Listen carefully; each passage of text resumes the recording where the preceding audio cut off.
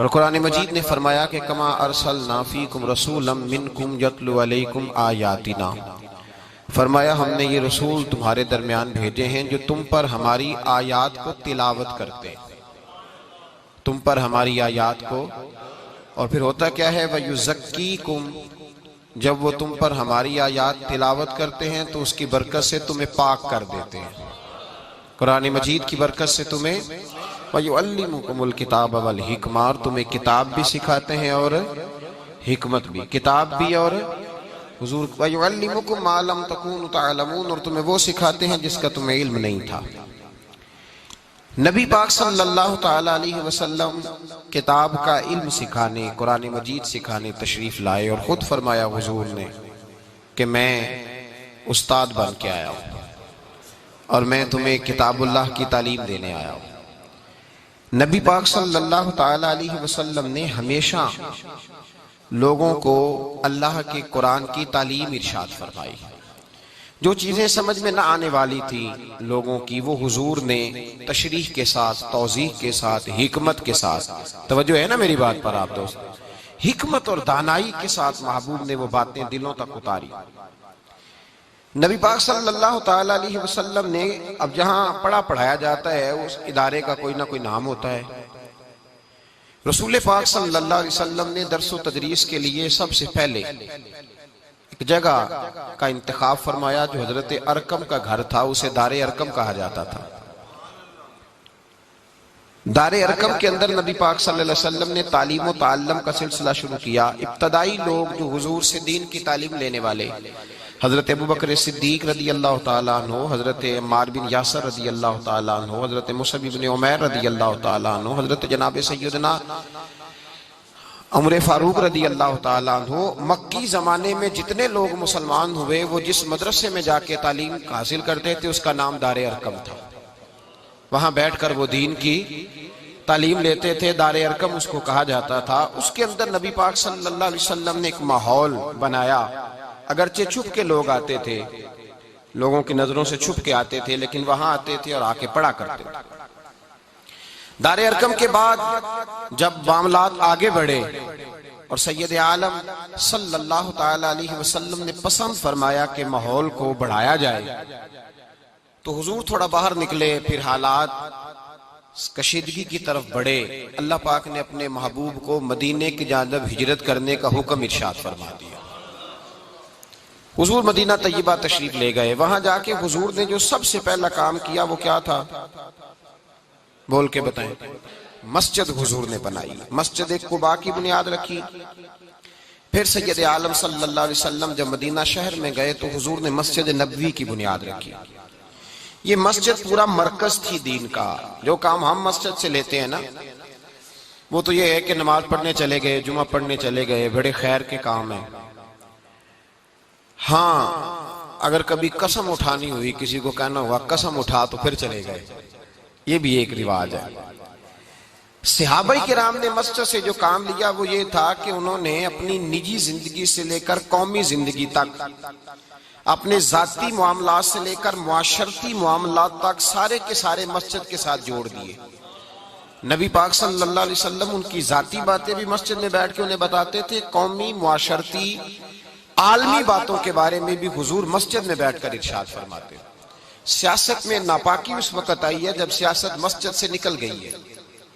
سیاست مسجد سے، بولیے اب کدھر گئی ہے؟ اللہ جانے کہاں کہاں گھوم رہی ہے، کیا حال ہو گیا ہے۔ اقبال کہتے ہیں کہ جلال بادشاہی ہو یا جمہوری تماشا ہو، جدا ہو دین سیاست سے تو رہ جاتی ہے چنگیزی۔ ہلاکو خان یا چنگیز پیدا ہوتے ہیں جب دین اور سیاست کو الگ الگ کیا جاتا ہے۔ سارے کام مسجد میں ہوتے تھے۔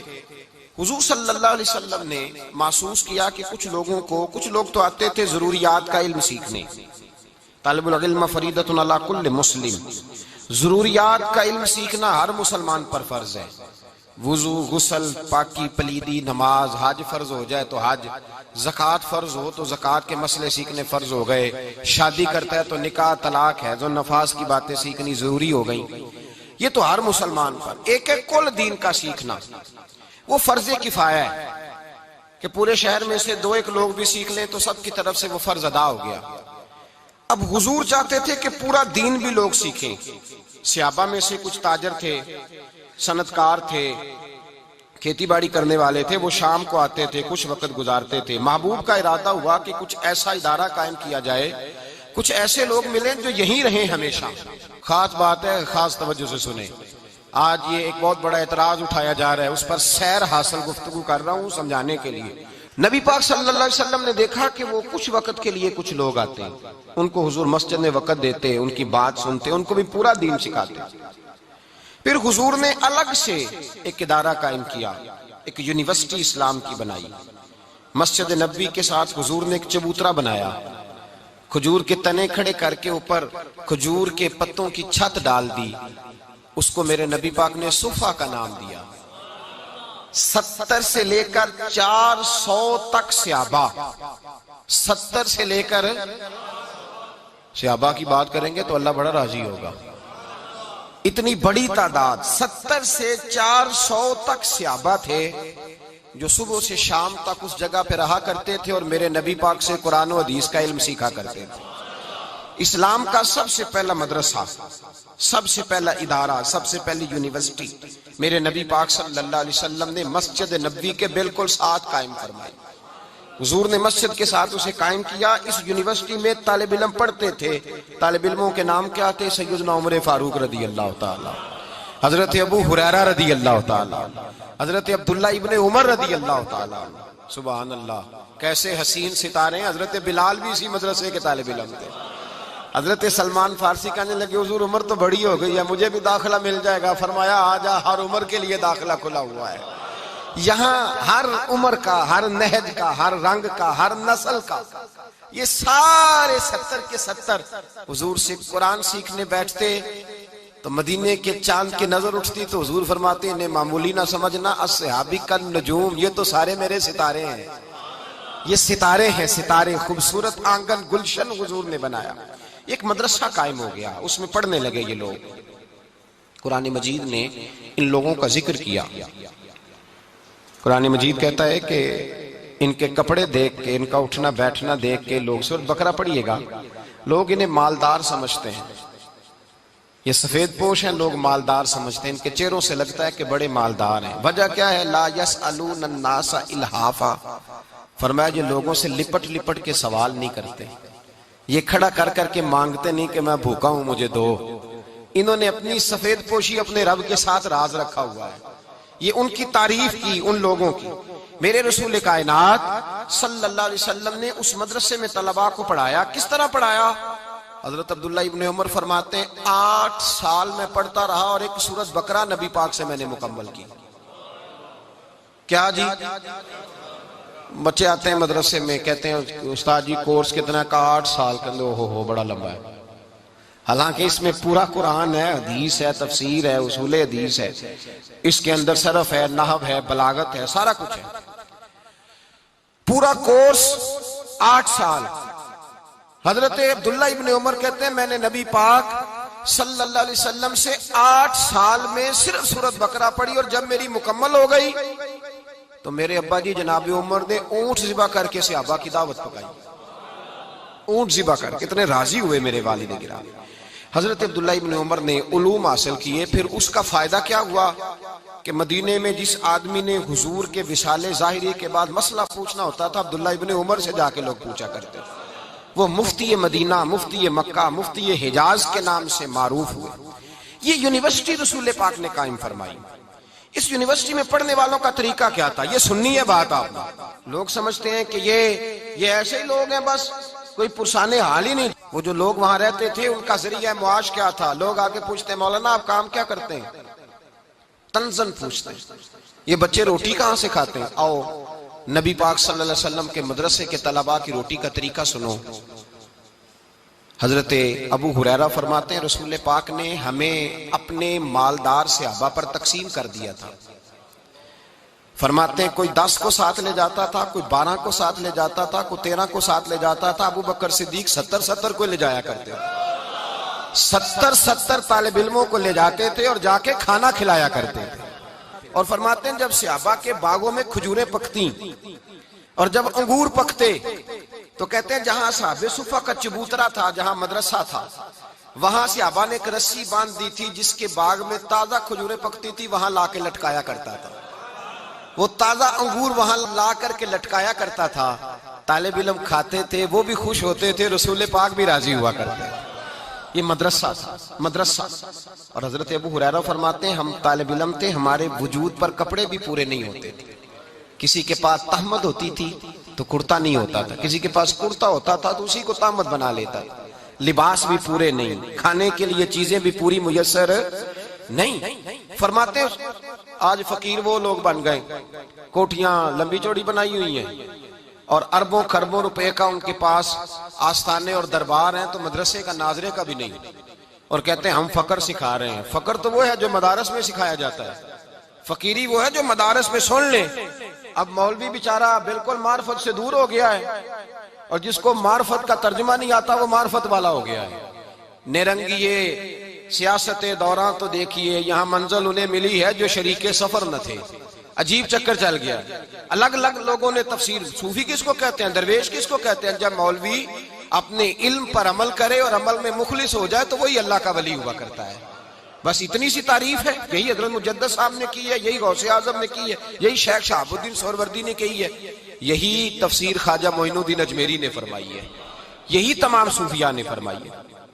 اب اس مدرسے کے اندر حضرت ابو ہریرہ فرماتے ہیں کبھی تو صحابہ لے جاتے اور کبھی یہ حال ہوتا تھا کئی کے دن روٹی نہیں ملتی تھی، غربت، فقر، درویشی۔ حضرت ابو ہریرہ، وہ بڑی پیاری حدیث ہے صحابہ صفہ کی، حضرت ابو ہریرہ رضی اللہ تعالیٰ عنہ فرماتے ہیں کہ بڑی بھوک لگی تھی، کئی دن بیت گئے، کھانے کو چیز ہی کوئی نہ ملی، کھانے کو شے ہی کوئی نہ ملی، کئی دن گزر گئے۔ فرماتے ہیں کہیں سے ایک دودھ کا پیالہ آیا، میرے مصطفیٰ کریم نے دست مبارک میں پکڑا، میری نظر پڑی تو میرا دل کرے سارا مجھے ہی مل جائے۔ کتنے پیالے دودھ کے؟ ایک پیالہ، سارا مجھے مل جائے۔ کہتے ہیں حضور نے فرمایا ابو ہریرہ بھوک لگی ہے؟ میں نے کہا حضور بتا نہیں سکتا اتنی لگی ہے۔ تو حضور نے فرمایا پیچھے کتنے لوگ ہیں؟ کہ حضور 70 ہیں، 70 اصحاب صفہ ہیں، 70 طالب علم ہیں۔ فرمایا سارے ہی بلا کے لے آ۔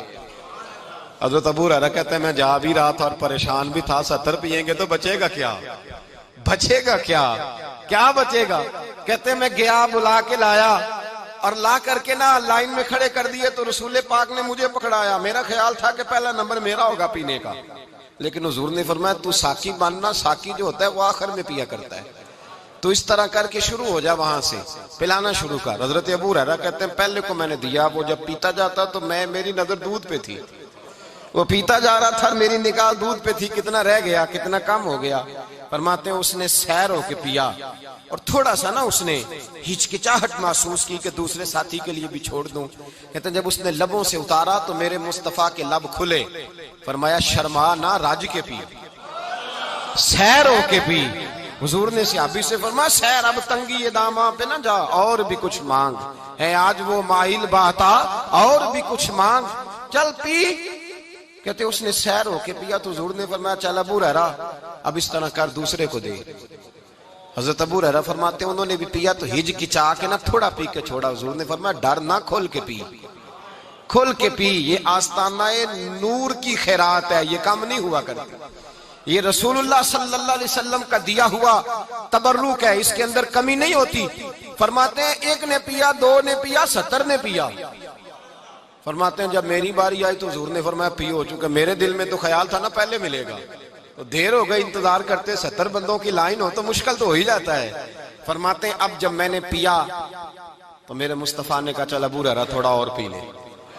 فرماتے ہیں اور پیا، میں نے سیر ہو کے پیا، رج کی پیا تو حضور نے چل تھوڑا اور پی لے۔ فرماتے ہیں اور پیا تو حضور نے فرمایا چل یار فکر نہ کر، اور پی لے، تھوڑا سا پی لے، اور پی لے۔ اے ساقی تیری خیر، تیرے میں کدے کی خیر، اے ساقی تیری خیر، تیرے میں کدے کی خیر، ایسی پلا کہ جس کا نشہ عمر بھر رہے۔ کہتے ہیں کہ نہ انکار کری اج ساقی، اج موسم بڑا سہانا، مستی دا ہن می برسا دے، نہیں پیاس دا کوئی ٹھکانا، تیرے کول شراب پرانی تے ساڈا درد بھی بڑا پرانا، آزم ہس ہس ٹال نہ سانو، اسی پیتےوں باج نہیں جانا۔ کہا اور پیو، اور پیو۔ کہتے ہیں کھل کے پیا۔ جب میں سیر ہو گیا نا تو میں نے کہا یا رسول اللہ اب تو میرا پیٹ باہر آ گیا ہے، اب نہیں میں پی سکتا. تو مصطفیٰ کریم نے فرمایا لا پھر میں پیتا ہوں.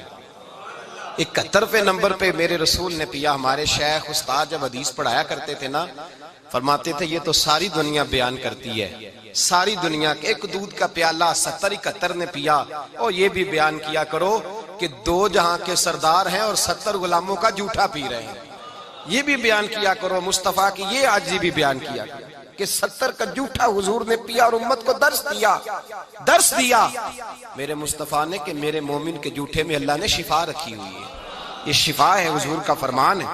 اصحاب صفہ کہتے ہیں کہ 70 کو ایک پیالہ اس رنگ میں ہم نے تعلیم حاصل کی، اور جب تعلیم حاصل کر چکے تو پھر میرے نبی نے ڈیوٹی لگائی. فرمایا بلیغوا انی ولو آیا، اب میدان میں نکلو، ایک آیت لو اور نکل جاؤ. پھر مدارس قائم ہوئے. حضرت معاذ بن جبل اگر آ کے دمشق بیٹھتے تھے تو وہاں رسول اللہ کی حدیثوں کا درس دیتے تھے. حضرت مولا علی اس مدرسے سے فارغ التحصیل تھے، وہ کوفے گئے تو وہاں انہوں نے مدرسہ قائم کیا. جہاں صحابی وہ صحابہ جہاں بیٹھتے تھے نا، جو بیٹھا ہوتا تھا وہ یونیورسٹی ہوتا تھا، جو بیٹھا ہوتا تھا وہ یونیورسٹی تھا، ادارہ تھا. وہ چلتے پھرتے لوگ ادارے بن گئے. اس ادارے کا فیض آگے بڑھا. تابعین کا زمانہ آیا تو سب سے پہلا نمبر حضرت امام اعظم ابو حنیفہ کا تھا. اس مدرسے میں پڑھنے والے امام ابو مالک جیسے لوگ تیار ہوئے، امام محمد جیسے لوگ خوش اچین ہوئے. امام عبد الرزاق نے وہاں سے پڑھا، اور پھر امام عبد الرزاق سے حضرت امام بخاری نے پڑھا، اور امام بخاری نے پھر امت کو حدیث کا پورا اسلوب دیا، طرز زندگی دیا. پھر مدارس قائم ہونے لگے، حکومتیں مدرسے قائم کرتی. حضرت عمر بن عبدالعزیز نے اپنے دور حکومت میں درجنوں، بیسیوں، سینکڑوں مدارس قائم کیے. عالم کی تنخواہ اتنی تھی جتنی صوبے کے گورنر کی ہوتی ہے. کہ نہیں ہے توڑے گورنر کی تنخواہ پتا جی؟ گورنر ہاؤس نہیں بندہ پیدل پھر سکتا، تنخواہ تو دور رہ گئی. تو مولوی کے حجرے کے اندر اگر لائٹ نہیں لگ جائے تو سارا محلہ پوچھنے آ جاتا ہے کہ کتوں لوا لیجیے، تو بتی لوا لی. اتنا بڑا کام کر لیا. گورنر ہاؤس پیدل. حضرت عمر بن عبدالعزیز رحمت اللہ تعالی علیہ نے گورنر اور خطیب کی تنخواہ ایک برابر کی. لوگوں نے کہا حضور یہ کیا ہے؟ فرمایا وہ دنیا داری چلاتا ہے، یہ رسول اللہ کا دین پڑھاتا ہے، یہ نبی پاک کے رنگ سے لوگوں کو آگاہ کرتا ہے، یہ حضور کے جلوے دکھاتا ہے.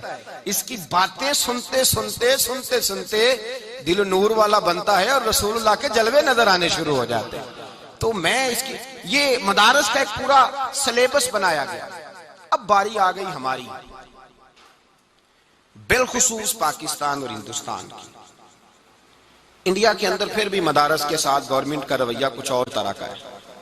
ہمارے ہاں کوئی گورنمنٹ کوئی مدرسہ نہیں چلاتی. جو مدرسے گورنمنٹ چلاتی ہے وہ بھی اپنے مقصد کے لیے چلاتی ہے، دین کے لیے نہیں چلاتی. جن مدارس کو گورنمنٹ فنڈ دیتی ہے اس سے مقصد جو بھی گورنمنٹ دیتی ہے، میں نام نہیں لیتا، اور یہ سارے کرتے ہیں. ایک طرف شور کرتے ہیں فلانا مدرسہ دہشت گرد ہے، سب کو پتا ہے کس کا مدرسہ دہشت گرد ہے. اب بتانے کی ضرورت ہے؟ آپ کو پتا ہے کہ نہیں؟ پکی بات ہے. جن کو پتا ہے وہ ہاتھ کھڑا کریں. دہشت گرد مدرسوں کا جن کو پتا ہے، تو اتنے سارے بندوں کو پتا ہے. جنہوں نے نہیں نا ہاتھ کھڑے کیے وہ ساتھ والے سے پوچھ لینا، بتا دے گا، وہ بتا دے گا ساتھ والے کو. پتہ ہے نا جی آپ حضرات. اب گورنمنٹ ہماری ان مدارس کو فنڈ دیتی ہے اس لیے کہ بغل بچہ تنظیمیں بنا کے رکھنا چاہتی ہے. اگر گورنمنٹ چاہے تو کوئی دہشت گرد مدرسہ کبھی بھی آگے بڑھ سکتا. جب آپ اتنے سارے لوگوں کو پتا ہے، مجھے پتا ہے، تو ان کو نہیں پتا؟ سب کو پتا ہے کون دہشت گرد ہے. جو اہل حق کے مدرسے ہیں، اہل حق کے، ان مدارس کو نہ گورنمنٹ کو فنڈ جاری کرتی ہے نہ باہر سے کوئی ایڈ آتی ہے. مدرسہ ایک پوری ضرورت ہے. اور مدرسے کی حاجت کیا ہے؟ آپ تراویح کے لیے جب رمضان شریف شروع ہوتا ہے تو حافظ کی ڈیمانڈ کرتے ہیں. حافظ کی. میرے بھائی جب آپ گھی لینے جاتے ہیں تو آپ کو یہ تو پتا ہوتا ہے نا گھی بنتا کہاں ہے، خریدیں گے کیسے، اس کی ساری صورتحال کا آپ کو پتا ہے. پاکستانی کوئی بھی نہیں کہے گا کہ گھی والی انڈسٹری بند کر دو، اس لیے کہ گھی کے بغیر ہنڈیاں نہیں پکتی. آپ فوری طور پہ ان چیزوں کا پتہ رکھتے ہیں. حافظ مانگتے ہو، حافظ کہتے ہیں اچھا قاری ہونا چاہیے. اچھا قاری، قرآن پاک اچھا پڑھنے والا. کیوں حضرت؟ اچھا قاری، اچھا حافظ. تو سوال یہ ہے کہ اچھا قاری پیدا کہاں ہوگا؟ کہاں پیدا ہوگا اچھا قاری؟ اسکول میں، کالج میں، دربار پہ؟ کہاں پیدا ہوگا؟ نہیں بول کے بتائیں۔ تو مدرسہ کون چلائے گا؟ مدرسے کے ساتھ تو رویہ یہ ہے کہ لوگ زکوٰۃ کے پیسے دینے آتے ہیں مدارس میں، زکوٰۃ کے، اور اس پر بھی ان کا خیال یہ ہوتا ہے کہ جمعے والے دن 10 دفعہ اعلان کیا جائے کہ ہم نے مدرسے کو زکوٰۃ دی ہے۔ حالانکہ زکوٰۃ تو اس آدمی کی نیکی ہے جو آپ سے وصول کر رہا ہے۔ آپ پڑھیں اٹھا کے بزرگوں کو، اس پر بھی 10 دفعہ، 20 دفعہ، 100 دفعہ لوگ سوچتے ہیں، اور پھر جا کر کے لوگ اس طرف توجہ کرتے ہیں۔ مدارس اسلامیہ ذبح حالی کا شکار ہے۔ آپ کو عالم کی ضرورت ہے۔ مجھے بتلائیے، بچے کی پیدائش سے لے کر کان میں اذان دینے سے لے کر جنازے تک ڈیوٹی کون سا انجام دیتا ہے؟ اور جب حالات بگڑ جاتے ہیں، مسائل بن جاتے ہیں، میں 3 دفعہ طلاق کہہ بیٹھا ہوں، میں یہ کر بیٹھا ہوں، ادھر ہو گیا ہوں، تو مسائل کون بتاتا ہے؟ تو عالم کہاں پیدا ہوگا؟ اگر وہ انڈسٹری بند کر دی جائے جہاں عالم نے پیدا ہونا ہے، اس کے ساتھ ہمارا تعلق ہی کوئی نہ رہے، تو علماء کیسے پیدا ہوں گے؟ قاری کیسے پیدا ہوں گے؟ حفاظ کیسے پیدا ہوں گے؟ جب آپ کسی چیز کی تشکیل میں دلچسپی نہیں رکھتے۔ اور یاد رکھیں، حافظ پیدا ہوں گے، قاری پیدا ہوں گے تو لفظ محفوظ رہیں گے، عالم پیدا ہوں گے تو قرآن کے معنی محفوظ رہیں گے، اور اللہ نے یہ ذریعہ بنایا ہے ان کی حفاظت کا۔ علماء بڑی ضروریات ہوتی ہیں میرے بھائی، بڑی ضروریات ہوتی ہیں۔ ایک عالم کی کتاب اس زمانے میں اتنی مہنگی ہے کہ کتاب تک پہنچنا مشکل ہو گیا۔ میں نے پہلے بھی بات عرض کی تھی، میں نے ایک حدیث فتاوی رضویہ سے ایک دفعہ جمعے میں سنائی۔ میرے پاس کچھ لوگ آئے، کہنے لگے مولانا یہ حدیث آپ نے سنائی ہے، ہمارے مولوی صاحب کو تو 25 سال ہو گئے خطبہ دیتے، کبھی نہیں سنائی انہوں نے، تو ان کو بھی چاہیے نہ پڑھیں اور سنائیں۔ میں نے کہا مولانا کی تنخواہ کتنی؟ کہنے لگے 8,000 روپیہ۔ تو میں نے کہا جس کتاب سے میں نے حدیث سنائی ہے وہ کتاب ہی 14,000 کی آتی ہے، تو مولوی کہاں سے سنائے آپ کو؟ وہ بچوں کی روٹی پوری کریں یا آپ کو حدیث سنائے؟ یہ ابھی تراویحوں کا مسئلہ ہو رہا ہے نا، صبح شام اعلان ہوتے ہیں علماء کی خدمت کرو، اور پھر دعویٰ ہوتا ہے 25,000 روپیہ دیا ہم نے مولوی صاحب کو۔ وہ میرے بھائی تو کپڑے تو لینے جا بازار کیا؟ اور مدارس کے طلباء کی کیا؟ پہلے تو مجھے شکوہ یہ ہے، اتنا ستیلا مذہب ہے کہ کوئی آدمی اپنا ذہین اور پڑھا لکھا بچہ مدرسے لے کے نہیں آتا، لاتا ہی نہیں۔ جو بالکل سمجھتے ہیں نہ کام کر سکے گا نہ یہ اسکول پڑھے گا، اس کو مدرسہ میں لا کے داخل کراتے ہیں، اور پھر پرسان حال کوئی نہیں مدارس اسلامیہ کا، کوئی پوچھنے والا نہیں۔ اور مدرسوں کے محتمم، ان کا تو اللہ بھلا کرے، وہ ویسے ہی مدرسہ بنا کے فارغ ہوتے ہیں، بچے سے انہیں کوئی دلچسپی نہیں، الا ماشاءاللہ ان کو دلچسپی اس چودھری سے ہے جو مدرسے کے ساتھ تعاون کرے گا۔ سب کی بات نہیں کرتا، بچوں کا ان کے شعور کو کس نے بیدار کرنا ہے، ان کو آگے کس نے لے کے جانا ہے۔ کبھی کبھی مدرسوں کا کھانا چیک کیا کریں جا کے، کبھی چیک کریں کسی مدرسے میں لنگر کیا پکتا ہے، آپ کے ہوش اڑ جائیں گے، ہوش اڑ جاتے ہیں۔ ہم مدرسے میں پڑھا کرتے تھے تو ایک دن بچوں کو شرارت سوجھی۔ اس وقت جو شرارتیں ہوتی ہیں وہ بڑی زبردست ہوتی ہیں، بلکہ وہ نئی ایجاد ہوتی ہیں طالب علمی کے زمانے میں۔ تو دال کھاتے کھاتے، میں تو ویسے بھی مدرسے میں امتحان کے دنوں میں رہا کرتا تھا، ابا جی کہتے تھے کہ گھر میں آ کے کھانا کھانا ہے، اس مدرسے میں پڑھنا جہاں بندہ شام کو آ جائے۔ کچھ عرصے رہنا پڑا مدرسے میں، تو وہ دال جو تھی نا، وہ دال نہیں ملتی تھی پر دال پکی ہوتی تھی۔ اس دال میں دال، پتہ نہیں آپ کو سمجھ آئی ہے بات کی کہ نہیں، دال میں سے دال میسر۔ اور کئی دفعہ ایسے ہوتا تھا کہ سویرے سحری کا وقت ہوتا تھا یا ناشتے کا وقت ہوتا تھا، تو استاد کہتے تھے نہ پانی پا کے ابالیے تو پھر خراب نہیں ہوتی۔ تو اب وہ ان کا حکمت تھی سمجھانے کی، تو ہم بھی اس حکمت کو سمجھ جاتے تھے، پانی ڈال کے ابال لیتے تھے تو وہ بالکل ہی دال ختم ہو جاتی تھی، پتہ نہیں کیا بچتا تھا۔ تو محتمم صاحب جو تھے، پرنسپل صاحب، وہ آئے صبح وزٹ کرنے ناشتے کے وقت، تو بچوں نے بحث چھیڑ دی، علمی بحث، ایک علمی بحث ہونے لگی۔ کچھ بچے کہنے لگے جائز ہے، کچھ کہنے لگے ناجائز ہے، وہ جائز ہے ناجائز ہے، جائز ہے ناجائز ہے، بحث ہو رہی۔ استاد جی کھڑے ہو گئے، انہوں نے کہا مجھ سے پوچھ لو بیٹے کیا جائز اور کیا ناجائز ہے۔ تو جس نے یہ شرارت تیار کی تھی نا، وہ کھڑا ہو گیا، جس نے تیار کی تھی اور سنانا چاہ رہا تھا۔ وہ کہنے لگا استاد جی ہمارے درمیان بحث چھڑ گئی ہے کہ جو ہمارے مدرسے میں دال پکتی ہے اس سے وضو جائز ہے کہ ناجائز ہے۔ تو یہ بحث چھڑ گئی ہے، مسئلہ حل نہیں ہو رہا، تو آپ ذرا ہمیں وضاحت کر کے بتا دیں جائز ہے کہ ناجائز ہے۔ تو استاد فرمانے لگے بڑے نالائق ہو، کل انشاءاللہ تعالیٰ جو دال پکے گی وہ اچھی پکے گی، مجھے سمجھ آ گئی ہے تم کیا بتانا چاہ رہے ہو۔ یہ حال ہے مدارس اسلامیہ کا کہ وہاں کا کھانا آپ جا کے دیکھ کے تو حال کوئی نہیں، بچوں کے رہن سہن کے معاملات گڑبڑ۔ تو آپ جب سب سے بڑا گورنمنٹ تو سرپرستی نہیں کر رہی، اور ضرورت کتنی ہے؟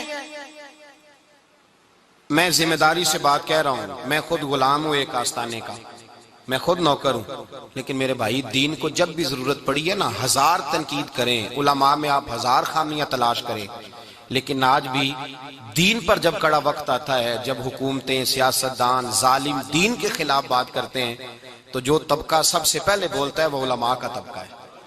اپنی بے سر و سامانی کے عالم میں، غریبی کے عالم میں علماء کھڑے ہو جاتے ہیں، احتجاج ہوتا ہے۔ پیرانے عظام تو اللہ ماشاءاللہ اچھے اچھے لوگ بھی ہیں، لیکن پیر تو کسی نہ کسی پارٹی سے وابستہ ہے۔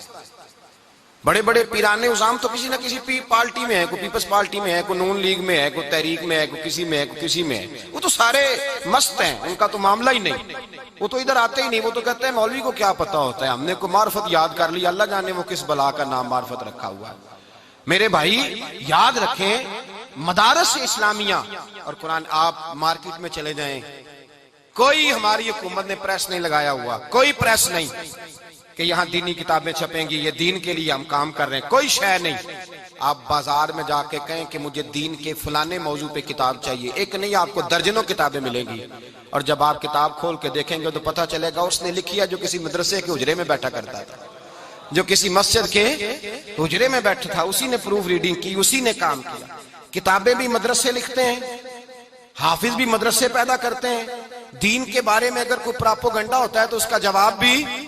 اور ایک جج صاحب کے میں نے یہ ریمارک سنے، ایک مولانا پہ کیس ہو گیا، یہ سپیکر اب اللہ خیر کرے، مولوی صاحب ایک ہمارے دوست ہیں، تو وہ کہتے ہیں لاؤڈ سپیکر پہ غلطی سے دو چار جملے جمعے کے میں کہہ بیٹھا، مجھے اندازہ ہی نہیں تھا کہ باندھنی ہوا، خود بیان کرتے ہیں۔ تو کیس ہو گیا، لے گئے پولیس والے پکڑ کے، کہتے ہیں جب میں جا رہا تھا نا تو میری مسجد کی کمیٹی والے کہنے لگے حضرت جی فکر نہ کیجئے گا، نمازیں ہم پڑھ لیں گے، اب نمازوں کی فکر نہیں کرنی، انشاءاللہ ہم آئیں گے آپ کے پیچھے۔ یہ ظلم کی حد ہے۔ اور اب وہ کیس ہو گیا، تو جب عدالت میں گئے تو کہتے ہیں جج صاحب کے ریمارکس کیا تھے؟ جج صاحب کہنے لگے اس پولیس آفیسر سے، اور تو تمہارے ہتھے کوئی نہیں چڑھتا، یہ مسکین مولوی جو کانپ رہا ہے تمہارے سامنے، شرم کا مارا کہ میں پولیس کی گاڑی میں بیٹھا ہوں گا تو لوگ پتہ نہیں کیا سمجھیں گے، کس جرم میں جا رہا ہے، کیا لوگ سمجھیں گے، اللہ جانے کیا کیا سوچیں۔ اس جج کے ریمارکس تھے، وہ کہنے لگا یہ علماء شور کرتے ہیں تو دنیا بچی ہوئی ہے، اگر یہ علماء اپنی مساجد میں، محافل میں، جلسوں میں شور نہ کرو، تم تو گلیوں میں ننگے ہو کے پھرنا شروع کر دو، جو تمہارا حال ہو گیا۔ یہ تو بیچارہ ایک طبقہ ہے، اور ہمارے ملک میں بہت سارے گناہ کرنے کو تیار ہیں حکمران، لیکن مدارس اسلامیہ اسلام کے قلعے بنے ہوئے ہیں، ان مدارس کے لوگ کھڑے ہو جاتے ہیں۔ ہاں کچھ طبقہ دہشت گردوں کا ہے، لیکن سارے نہیں، وہ تو آٹے میں نمک کے برابر ہے، ایک جھٹکے میں ختم ہو سکتے ہیں۔ اہل حق کی کثرت ہے، جب بھی حکمران کو زیادتی کرتے ہیں تو مدارس کے لوگ میدان میں نکلتے ہیں، اور علماء نے اپنی ذاتی حیثیتوں سے مدرسے قائم کیے، ہمت کر کے، جد و جہد کر کے۔ یقین کریں مانگنا مشکل ہو جاتا ہے۔ زندگی میں 2-3 لوگوں سے مجھے کہنے کا موقع ملا، 2-3 لوگوں سے مجھے ذاتی طور پہ مدرسے کے لیے کہنے کا موقع ملا، ورنہ میں ذاتی طور پہ نہیں کہتا، اس کے بعد ہی توبہ کر لی۔ ایک صاحب سے میں نے کہا کہ مدرسے کے ساتھ کچھ تعاون کریں، تو کہنے لگا مجھے کسی نے کہا کہ آپ جائیں، ان کا کہنا ہے کہ وہ آئیں گے تو میں کچھ کروں گا۔ میں چلا گیا، میں نے اس کو جا کے کہا کہ یار مدرسے کے ساتھ کچھ تعاون کرو۔ کہنے لگا مولانا میرا پیسہ 1 نمبر نہیں ہے، 1 2 3 نمبر ہے، تو میں نے ویسے رکھا ہوا ہے آپ کے لیے، تو میں دے دوں گا، ویسے 1 2 3 نمبر ہے۔ میں اس شخص کی شکل دیکھی اور میں اپنے وجود میں سوچنے لگا کہ یار اس نے کس طرح کا رویہ اختیار کیا، کس طرح کا رویہ اختیار۔ ایک صاحب 1 سال مدرسے میں پیسے دینے آئے تو مجھے کہنے لگے میں ہر سال آیا کروں گا۔ اگلا سال آیا تو حالات ہر سال کشیدہ نظر آتے ہیں ہمیں۔ میں نے اس کو ٹیلی فون کیا کہ صاحب آپ نے کہا تھا میں ہر سال آؤں گا۔ کہنے لگا مجھے دکھ ہوا ہے۔ کسی اور ساتھی کو کہنے لگے مجھے دکھ ہوا ہے، وہ تو مجھے شرمندہ کر رہے ہیں۔ ایک صاحب مجھے تیسرے صاحب مجھے گھر آ کے کہنے لگے کہ جب آپ کو ضرورت پڑے کسی اور کو نہیں کہنا، مجھے اطلاع دینی۔ میں نے اطلاع دی تو اس نے کچھ نہیں تو 100 آدمی کو بتایا کہ اور میں نے پھر پوچھا، میں نے کہا بھائی میں نے تمہیں ذاتی کام بتایا تھا؟ تم نے 100 جگہ پہ بات کی اور تم کہہ کے نہیں گئے تھے؟ نہیں وہ تو ایسے میں نے کہا تھا. آپ یقین کریں رسوائی کا عالم ہے. ایسے تلخ حالات میں ہم وقت گزارتے ہیں اور ہمارے مدارس کے بچے اس طرح زندگی بسر کرتے ہیں. اور ہم خود ان صحبتوں سے گزر کے آئے ہیں. ہم نے وہ رنگ دیکھا ہے کہ ہمارے استاد گرامی نے تفسیر روح البیان کا ترجمہ کیا تو چھاپنے کے لیے پیسے نہیں تھے. انہوں نے اپنے گھر کی چارپائیاں بیچ ڈالی, اضافی برتن نکال کے بیچ ڈالے. ایک بیٹی کا جہیز بنا کے رکھا تھا. کہنے لگے بیٹے تیری شادی میں سال ہے, اگر تو اجازت دے تو میں بیچ لوں, میری عمر بھر کی کمائی ہے, میں چاہتا ہوں میری زندگی میں چھپ جائے. اس قدر دکھ اور تکلیف اور آزمائش کے ساتھ علماء. گجرانوالہ میں ہمارے ایک دوست مولانا تھے, ان کا بیٹا بڑا اچھا پڑھتا تھا, لاہور میں بڑا صحیح چل رہا تھا, صحیح سمت چل رہا تھا. اچانک اس بچے نے چھوڑ دیا, کہنے لگا میں نے نہیں پڑھنا. اور ہم لوگوں نے نا علماء کے لیے حکم لگایا کہ تم نے درویش رہنا ہے, تم نے نام سے یہ کہنا ہے کہ میں نے موٹر سائیکل پہ گاڑی پہ بیٹھنا, خبردار تمہارا حق نہیں ہے. نہ تم نے اچھے کپڑے پہننے ہیں, تمہارا حق نہیں. نہ ہمیں یہ پتا چلے کہ تم اچھے گھر میں بیٹھو, تمہارا نہیں حق. یہ نمائندے ہیں, یہ رسول اللہ کے جانشین ہیں. یہ ہیں جن کے بارے میں نبی پاک صلی اللہ علیہ وسلم نے فرمایا جس نے عالم کی زیارت کی سمجھے میں نے اپنے رسول کا دیدار کیا ہے. یہ ہے جن کے بارے میں حضور نے فرمایا جس نے عالم کو سہارا دیا سمجھے میں نے اپنے رسول کی بارگاہ میں حاضری دی ہے. یہ ہے جن کے یہ کنز المال میں حدیث میں لفظ دکھاؤں گا. نبی پاک نے فرمایا جس نے کسی عالم کی صحبت اختیار کی وہ سمجھ لے میں نے اپنے نبی کی سنگت اختیار کی ہے. اور فرمایا جو میری سنگت میں بیٹھا سمجھے میں رب کی بارگاہ میں بیٹھا ہوا ہوں. اتنا بڑا اس آدمی کا درجہ ہے جس کو کھڑا کر کے پوچھا جاتا ہے کہ وہ تو گاڑی میں بیٹھا ہوا تھا تو بتا گاڑی کہاں سے آئی. مولوی صاحب کو تو بالکل ان کو اجازت نہیں ہے. اور ایسی عجیب. وہ مولانا مجھے ٹیلی فون کرنے لگے, کہنے لگے میرا بیٹا آپ سے بڑا متاثر ہے, آپ کا بڑا حیا کرتا ہے, مدرسہ چھوڑ گیا ہے, لائق بچہ, A1 ذہن اور A1 تعلیم اس بچے کی, آپ سمجھائیں. میں ملنے گیا, میں نے جا کے کہا بیٹے آپ اتنا اچھا پڑھ رہے تھے چھوڑ کیوں گئے؟ کہنے لگے نہیں میں نے دوست سے بات کر لیا, میں کوریا جا رہا ہوں. میں نے کہا بیٹے دین پڑھو, اس میں بڑی برکت ہے. کہنے لگے چھوڑ دیں آپ. کیا پڑھا ہے آپ نے, کیا کمایا ہے آج تک, مجھے گنوائیں. میرے ابے کو 22 سال ہو گئے مسجد میں, کیا ہے؟ میں نے کہا یار ساری باتیں ٹھیک ہے لیکن جو اللہ رسول اعزاز دیتے ہیں وہ تو بھی ہمیں نظر میں رکھنا چاہیے نا. کہنے لگے آپ رکھتے ہیں, میں رکھتا ہوں, لوگ نہیں رکھتے. میں نے کہا وجہ تو بتا. کہنے لگے 22 سال سے مسجد کی چھت پہ ہمارا مکان ہے, 4 بہنیں ہیں, بہن کا رشتہ دیکھنے لوگ آئے تھے, اور وہ بی بی جس نے میری بہن کی ساس بننا تھا وہ مسجد کے اندر اس نے پیر رکھا, اور جب وہ رشتہ دکھانے والی نے کہا نا سیڑھیوں پہ جانا ہے تو کہنے لگی ہائے ہائے یہ مسجد میں رہتے ہیں, میرا بیٹا آئے گا تو کہاں رہے گا. کہنے لگے میری بہن قرآن مجید کی حافظ, میری بہن عالم, میری بہن قاریہ, لیکن اس کی غلطی صرف اتنی تھی کہ اس کا ابا مسجد میں رہتا تھا.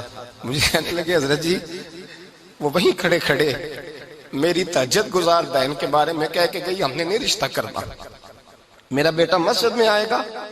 میں نے نہیں یہاں بیٹا بیانا. کہتے ہیں وہ میں سن رہا تھا, 2 بوتلیں ہاتھ میں پکڑے, میں مسجد کے ستون کے ساتھ کھڑا تھا. تو وہ بی بی رشتہ کرانے والی کہنے لگی ایک دفعہ دیکھ تو لے بیٹی کو. کہنے لگی تو کہتی ہے میں دیکھ لیتی ہوں پر انکار یہی ہے, ہم نے رشتہ نہیں کرنا. کہنے لگے میں نے اٹار کے ٹوپی پھینک دی ہے, میں نہیں پڑھوں گا مذہب. یہ دے رہا ہے مذہب ہمیں, کیا غلطی ہے ہماری. بچہ چھوڑ کے چلا گیا, لیکن مجھے اس کی باتیں کبھی کبھی راتوں کو بھی یاد آتی ہیں. مدارس اسلامیہ کے ساتھ زیادتی اور ظلم, اور مجھے شکوہ کسی حکومت سے نہیں, ان کا تو حال یہ ہے. مجھے شکوہ تو ان لوگوں سے ہے, ان لوگوں سے شکوہ ہے جو اپنے گھر کے اندر عالی شان بلڈنگوں میں رہتے ہیں, لیکن مدارس کے بارے میں ان سے بات, بڑی جگہ پیسہ خرچ کرنے کو ہے, بڑا کچھ ہے ہمارے پاس, آپ کو پتا نہیں. یہ جو مدرسہ ہوتا ہے یہ رسول اللہ کے مدرسے کا فیض ہوتا ہے. یہ مدرسہ میرے نبی کی چاہت ہے, یہ مدرسہ میرے رسول نے بنایا ہے. اس مدرسے کے سب سے پہلے بانی اور محتمم کا نام محمد عربی ہے. یہ مدرسہ رسول اللہ صلی اللہ تعالی علیہ وسلم کے جانشین پیدا کرتا ہے. یہ مدرسہ رسول اللہ کے پیغام کو عام کرتا ہے. یہ مدرسہ دین کے مخالفوں کے سامنے بند باندھتا ہے. اور ذمہ داری سے کہہ رہا ہوں, کسی کو اچھا لگے یا برا لگے, کسی شخص کو محسوس ہو یا نہ ہو, پیر تنقید کرتے ہیں تو کرتے رہے, سیاستدان وڈیرے اور چودھری برا کہتے ہیں تو کہتے رہے, ہمیں تو اتنا پتا ہے کہ مدرسے علماء نے بنائے ہیں اور انشاءاللہ قیامت تک یہ بنتے بھی رہیں گے اور چلتے بھی رہیں گے، یہ کام ہوتا رہے گا انشاءاللہ تعالی، اس لیے کہ یہ دین کے قلعے ہیں اور رسول اللہ کے دین کے قلعے میں کوئی دراڑ ڈال سکتا سوال ہی پیدا نہیں ہوتا کوئی دراڑ ڈال سکے۔ یہ مدارس، یہ وقار ہے رسول اللہ کے دین کا، یہ قائم رہیں گے انشاءاللہ، قائم ہوں گے انشاءاللہ تعالی، اور یہی چراغ جلے گا تو روشنی ہوگی۔ میرے رسول کریم صلی اللہ علیہ وسلم نے اور حضور نے کتنی عزت دی مدرسے کے طالب علم کو۔ میرے نبی پاک نے فرمایا جب کوئی دین کے رستے پہ چلتا ہے نا طالب علم، ابھی گھر سے نکلا ہے، عالم نہیں بنا، ابھی اس نے الف با بھی نہیں پڑھا، ابھی گھر سے چلا ہے، فرمایا وہ چلتا ہے طالب علم مدرسے کا تو رب کرے اپنے فرشتوں کو حکم دیتا ہے، رب فرماتا ہے وہ جا رہا ہے دین پڑھنے، جاؤ اس کے پیروں تلے جا کے اپنے پر بچھا دو، پیروں تلے پر بچھاؤ، اس لیے کہ وہ دین کے علم کے لیے نکلا ہے، حصول علم کے لیے۔ اور میرے اعلیٰ حضرت نے لکھا ہے اگر دین کا طالب علم قبرستان سے گزر جائے تو اللہ 40 دن کے لیے عذاب ہی اٹھا لیتا ہے، خالی گزر جائے فاتحہ نہ بھی پڑھے۔ تو کسی نے اعلیٰ حضرت سے کہا کہ حضور طالب علم گزر جائے تو کہتے ہیں طالب علم گزر جائے تو عذاب اٹھ گا، تو اگر عالم ہی گزر جائے تو اعلیٰ حضرت فرمانے لگے اس کے کرم کو سامنے رکھ کے بات کر رہا ہوں، اس کے فضل کو، کہ اگر علم پر عمل کرنے والا نیک اور پرہیزگار عالم دین قبرستان سے گزر جائے تو مجھے امید ہے اللہ ہمیشہ کے لیے عذاب دور فرما دے۔ اس لیے کہ نبی پاک صلی اللہ علیہ وسلم نے فرمایا عالم کے لیے بلوں میں چونٹیاں بھی دعا کرتی، پانی میں مچھلیاں بھی دعا کرتی، زمین آسمان کی ہر چیز عالم کے لیے دعا کرتی ہے۔ اور میرے مصطفیٰ کریم صلی اللہ علیہ وسلم نے فرمایا کسی اور پہ رشک نہ کرنا، اگر رشک کرنا، فخر کرنا، بڑے فخر سے اونچا ہاتھ کر کے کبھی نام لینا تو اس عالم دین کا نام لینا جسے اللہ نے قرآن و سنت کا علم دیا ہے، وہ سویرے بھی پیغام دیتا ہے، شام بھی دین کا پیغام دیتا ہے، جو صبح شام قرآن کی تعلیم دے اس پہ فخر کرو، کہا کرو واہ جی واہ کیا بات ہے۔ ہمارے ہاں کیا ہوتا ہے، کہتے اس کا تو بورڈ پہ نام آ گیا تو فلاں ہو گیا، تنقید ہوتی ہے، طنز ہوتی ہے۔ حضور نے فرمایا اپنے علماء، اور یہ بخاری مسلم ہے، فرمایا دو آدمیوں پر رشک کرو، ایک اس سخی پر جسے اللہ نے مال دیا ہو صبح شام خرچ کرے، ایک اس عالم پر جسے اللہ نے قرآن کا نور دیا ہو صبح بھی درس دے شام بھی درس دے۔ تو فخر والے لوگ، مدارس قلعے ہیں دین کے، یہ قائم رہیں گے تو انشاءاللہ دین پھلے پھولے گا۔ محمود غزنوی کا نام سنا ہے؟ محمود غزنوی کہتے ہیں کہ میرے دل کے اندر نا 3 سوال ہمیشہ رہتے تھے، 3 سوال۔